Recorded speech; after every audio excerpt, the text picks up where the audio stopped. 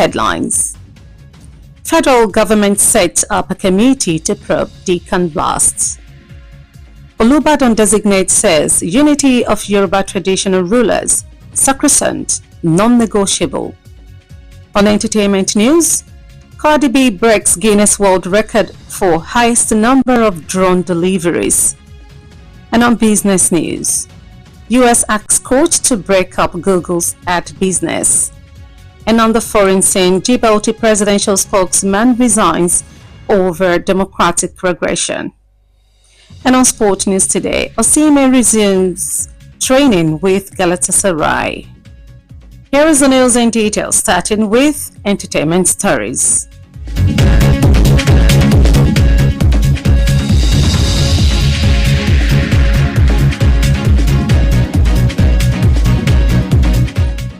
Famous American rapper Cardi B has set a new world record for most drone deliveries.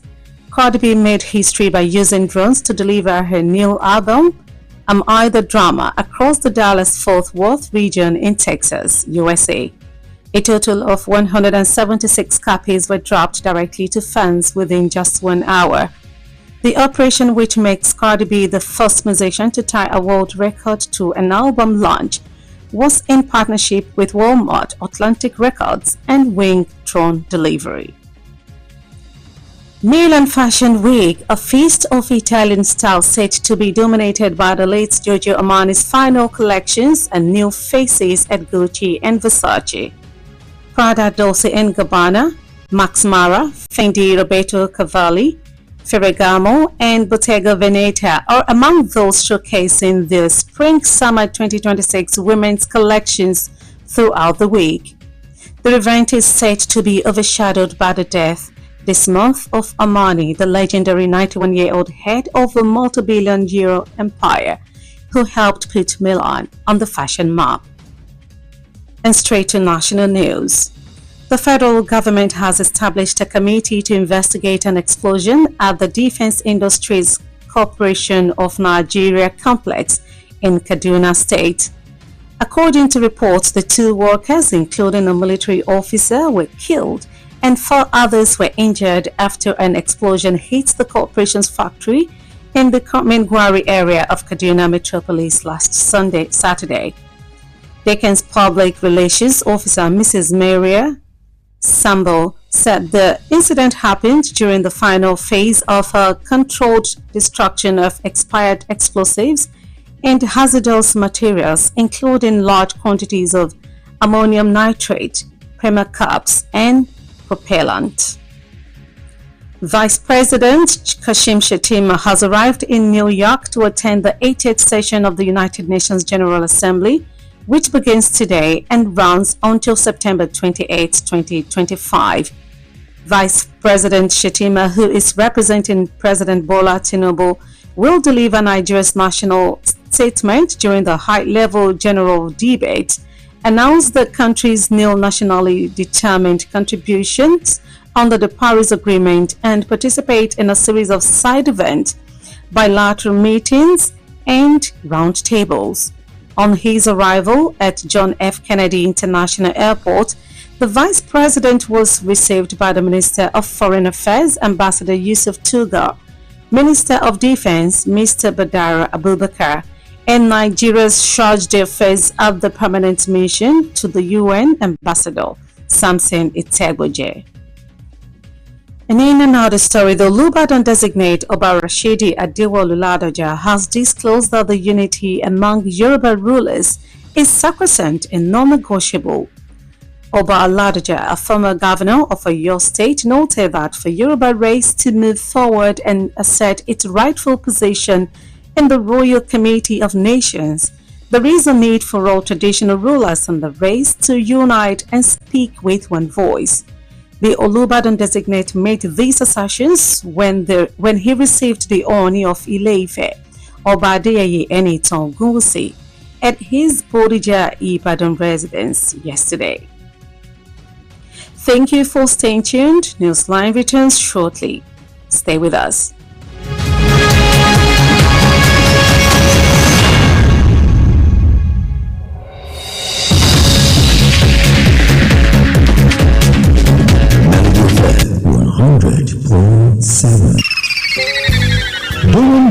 business without advertising is like winking at a girl in the dark. Do not be like a potential bachelor who's busy cutting an eye for a beautiful lady in a very dark room. Give your business the much needed publicity it deserves. Come do business with us by advertising your goods and services on Melody 100.7 FM Ibadan, and let's use our platform to uplift your own. Advertise with us by contacting our marketing department at number 2 MB Mapadeo Street, Boduwasini, Basharu, Ibadan, Oyo State, Nigeria. Telephone 0915-500-107. That is 0915-500-1007. You can also follow us on all our social media platforms at Melody 107.5. At Melody FM Ibadan, we help make your business to blow yaga yaga. Melody FM, your real home of entertainment. Stay tuned. Yes, Melody. Melody FM 100.7.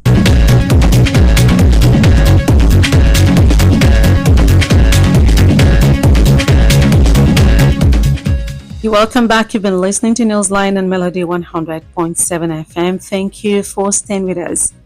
The news continues, and straight to the business story. Google faces a fresh federal court test today as U.S. government lawyers ask a judge to order the breakup of the search engine giant ad technology business. The lawsuit is Google's second such test this year, following a similar government demand to split up its empire that was shut down by a judge earlier this month. Today's case focuses specifically on Google's ad tech stack, the tools that website publishers use to sell ads and that advertisers use to buy them. In a landmark decision earlier this year, federal judge Leone Brinkema agreed with the U.S. Department of Justice that Google maintained an illegal grip on this market. And on the foreign scene, a key spokesman for Djibouti's long-ruling president has resigned, denouncing the country's democratic regression and nepotistic practices. President Ismail Omar Guelleh has held power since 1999, turning the tiny arid horn of African nation into a reliable international military and maritime hub for the United States and China. President Guelleh has indicated he may seek a further term in power next year, although that would require a change in the constitution. But Alexei Mohammed, a close advisor and key spokesman for the president, intentionally said he had gone too far. Finally, on sport news, Galatasaray forward Victor Osimhen returned to full training with his teammates ahead of the clash with Konyaspor. Osimhen sustained an injury in Nigeria's 2026 FIFA World Cup qualifier against the Amavubi of Rwanda 2 weeks ago.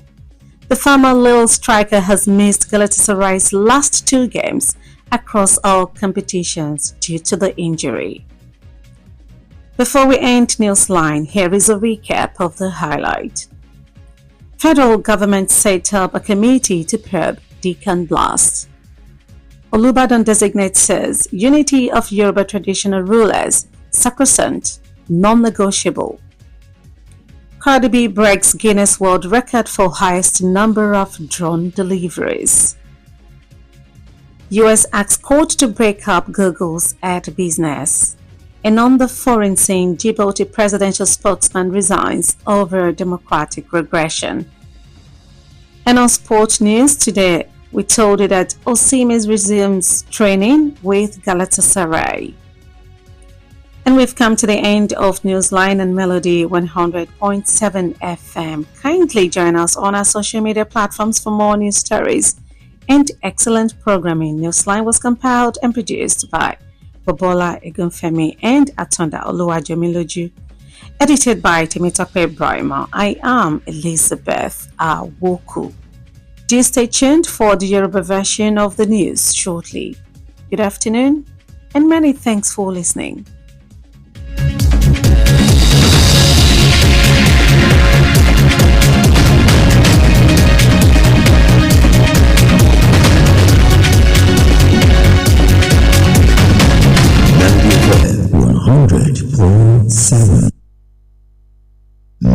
FM 100.7 ìkànnì tó kọjá rẹ́kẹrẹ́kẹ́ Melody FM Ìbàdàn. Ìròyìn náà kọ́ Melody 100.7 FM Ìbàdàn.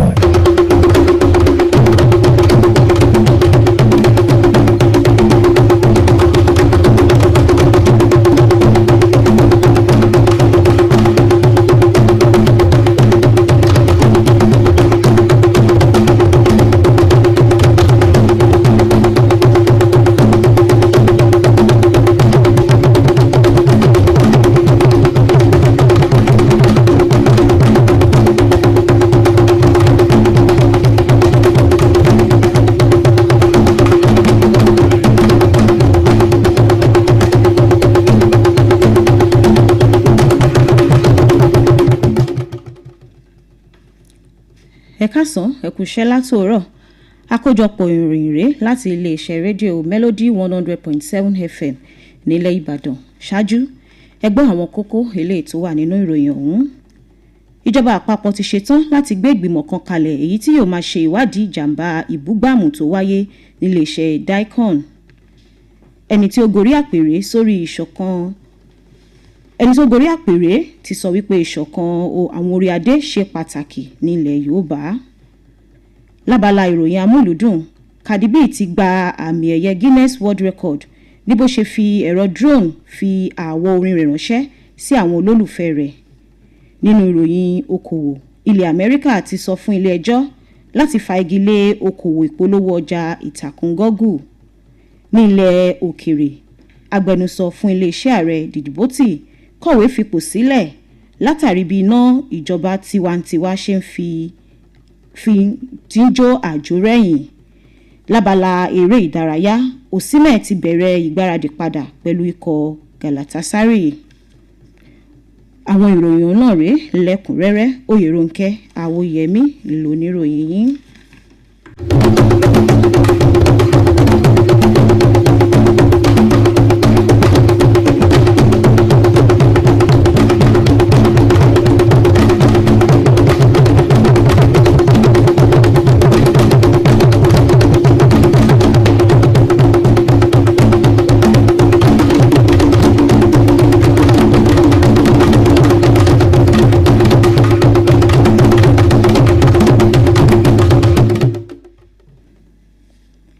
Gbajúgbajà olórin ilẹ̀ Amẹ́ríkà Cardi B ti gba àmì ẹ̀yẹ tuntun lágbàáyé fún bí ó ṣe fi ẹ̀rọ drone fi àwo orin rẹ̀ tuntun ránṣẹ́ tí ó pe àkọlé rẹ̀ ní Amid Drama ránṣẹ́ káàkiri ẹkùn Dallas, Fort Worth ní Texas nílẹ̀ Amẹ́ríkà.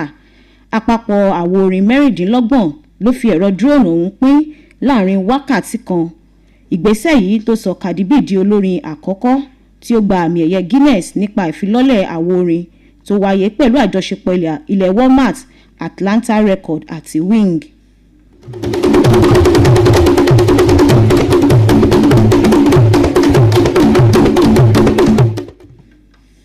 Gbajúgbajà òṣèré lórílẹ̀‐èdè Nàìjíríà Rita Edochie ti ṣe okùnfà awuyewuye lẹ́yìn tí ó gbójú agan sí àwọn obìnrin tí ó finúfíndọ̀ di ìyàwó kejì.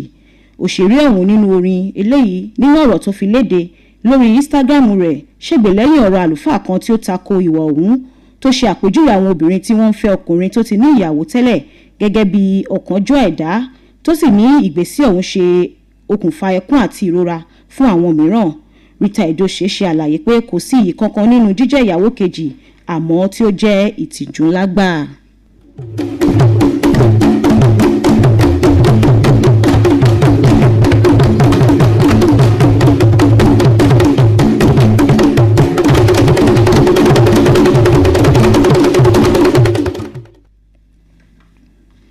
Ìjọba àpapọ̀ ti ṣe àgbékalẹ̀ ìgbìmọ̀ kan tí yóò máa ṣe ìwádìí ìṣẹ̀lẹ̀ ìbúgbàmù nílé iṣẹ́ ìdáàbòbò Dicon tó wà ní ìpínlẹ̀ Kaduna. Gẹ́gẹ́ bí ìròyìn tó fi léde, àwọn òṣìṣẹ́ méjì tó fi mọ́ ọmọ ológun kan ló pàdánù ẹ̀mí wọn nígbà tí àwọn 4 mìíràn farapa láàkó tí ìṣẹ̀lẹ̀ náà wáyé lọ́jọ́ Àbámẹ́ta tó kọjá. Alukoro iléeṣẹ́ náà arábìnrin Maria Sambo sọ pé ìṣẹ̀lẹ̀ náà wáyé láàkó ìsí tó gbẹ̀yìn nínú bíba àwọn ohun adúgbàmù tí wọ́n ń lò tí wọ́n fẹ́ bà wọ́n jẹ́.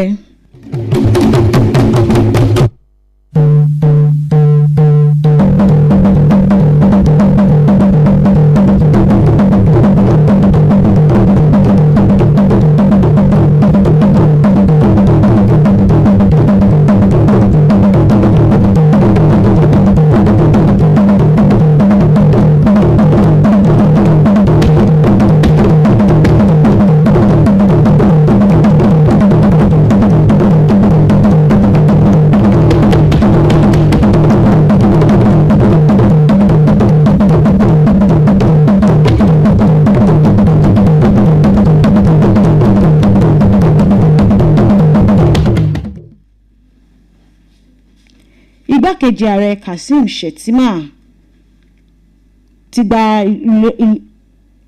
gbilẹ̀ sí ìlú New York láti kópa níbi ìpàdé àjọ ìṣọ̀kan àgbáyé 100 irú rẹ̀ tí yóò máa gbéra sọ lónìí tí yóò sì máa wáyé di ọjọ́ 17 oṣù kẹsàn-án ọdún 2025 yìí.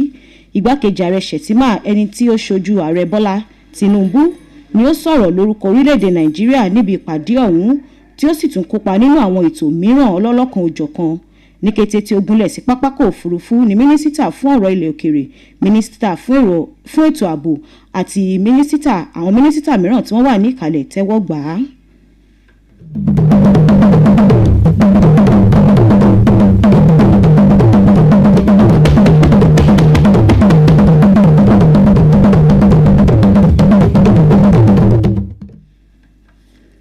Ẹni tí ó gorí àpèrè Olúbàdàn Ọba Rashidi Ládọjà ti sọ di mímọ̀ pé ìṣọ̀kan láàrin àwọn orí adé nílẹ̀ Yorùbá ṣe pàtàkì tí kò sì ní kálọkábọ̀ nínú.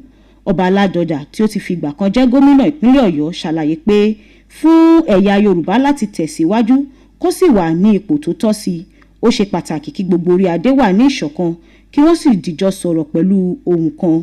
Ó sọ̀rọ̀ yìí láàkó tí ó ṣe ìgbàlejò Ọọ̀ni Ifẹ̀ Ọba Adéyẹyè Ẹnìtàn Ògúnwùsì ní ilé rẹ̀ tí ó wà ní Bódìjà ní ìlú Ìbàdàn. Àkójọpọ̀ ìròyìn náà lẹ́ ń gbọ́ láti ìkànnì Melody 100.7 FM. Àkójọpọ̀ ìròyìn tẹ̀síwájú, à ń bọ̀ wá. Ìkànnì tó kọjá rẹ́kẹrẹ́kẹ́ Melody FM Ìbàdàn. Ǹjẹ́ ìwọ mọ̀ pé ká máa ṣòwò láì ṣe ìpolówó ọjà bí ìgbà téèyàn ń ṣẹ́jú nínú òkùnkùn ni kò ní yọ? Ìpolówó ọjà làgúnmu òwò. Ẹ má dàbí ọ̀dọ́kùnrin tí ń ṣẹ́jú sọ́sọ̀rọ̀ lọ́mọge nínú òkùnkùn. Ẹ polówó ọjà yín bó ti yẹ. Ẹ wá bá wa dòwò pọ̀ ní ìkànnì Melody 100.7 FM Ìbàdàn. Nípa pípolówó ọjà yín ká sì fi tiwa gbé ti yín lárugẹ. Ẹ kàn sí ẹ̀ka ìpolówó ọjà wa níléeṣẹ́ wa tó wà ní ojúlé kejì MB Mápàdérun Bódè wá àsìmì Báṣọ̀run Ìbàdàn nípínlẹ̀ Ọ̀yọ́ orílẹ̀-èdè Nàìjíríà. Ẹ sì lè pè wá sórí ẹ̀rọ ìbáraẹnisọ̀rọ̀ 0915 500 107 lẹ́ẹ̀kan sí 0915 500 107. Bákan náà lẹ́tún lè kàn sí wa lórí àwọn ìtàkùn ayélujára wa @Melody 107 FM ní ìkànnì Melody FM Ìbàdàn. À ń polówó ọjà tó kówó yóò sì búrẹ́kẹ́. Melody FM ìkànnì àgbọ̀dúnú ẹ mọ̀ gbádùn ìṣòro. Melody FM máa ṣòro ní Ìbàdàn ó kọjá bẹ́ẹ̀.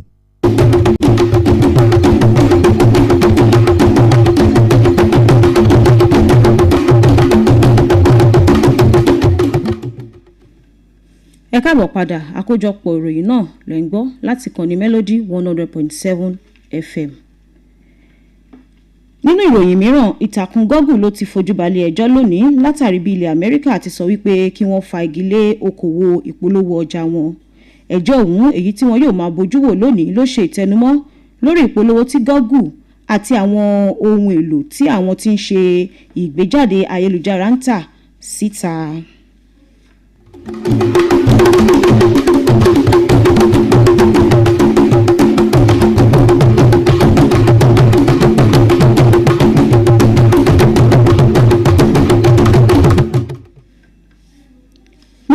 Ìròyìn ilẹ̀ òkèrè, agbẹnusọ kan gbòógì fún iléeṣẹ́ ààrẹ ní ilẹ̀ Djibouti Alexis Mohammed ti kọ̀wé fipò sílẹ̀ látàrí látàrí ẹ̀sùn wípé ìjọba tiwantiwa ń fà sẹ́yìn lórílẹ̀‐èdè ọ̀hún. Ààrẹ Ismail Omar Guelleh ti wà ní ipò láti ọdún 1999 tó sì sọ orílẹ̀‐èdè Èkó ló gbọ́ òun di ibùdó tó ṣe é gbáralé lágbọn ti ológun. Ààrẹ Guelleh ti ní ó ṣeéṣe kí òun fẹ́ tẹ̀síwájú nínú sáà ìṣèjọba rẹ̀ bí ó tilẹ̀ jẹ́ wípé àyípadà gbọ́dọ̀ wáyé nínú òfin kí ó tó lè ṣe bẹ́ẹ̀.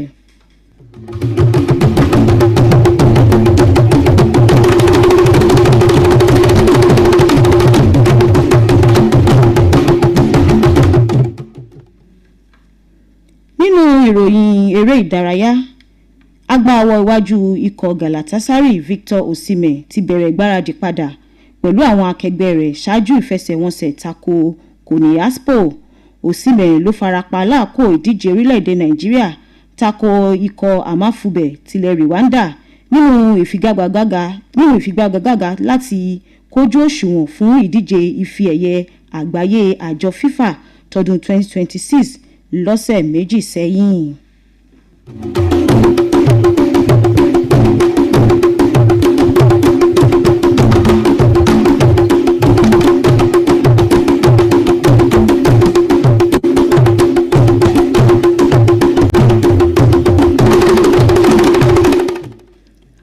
Àkójọpọ̀ ìròyìn náà ni kò ní ju báyìí lọ fún ti ọ̀sán yìí, ṣùgbọ́n ká tó máa lọ ẹ jẹ́ ká gbọ́ àwọn kókó tí a mẹ́nubà.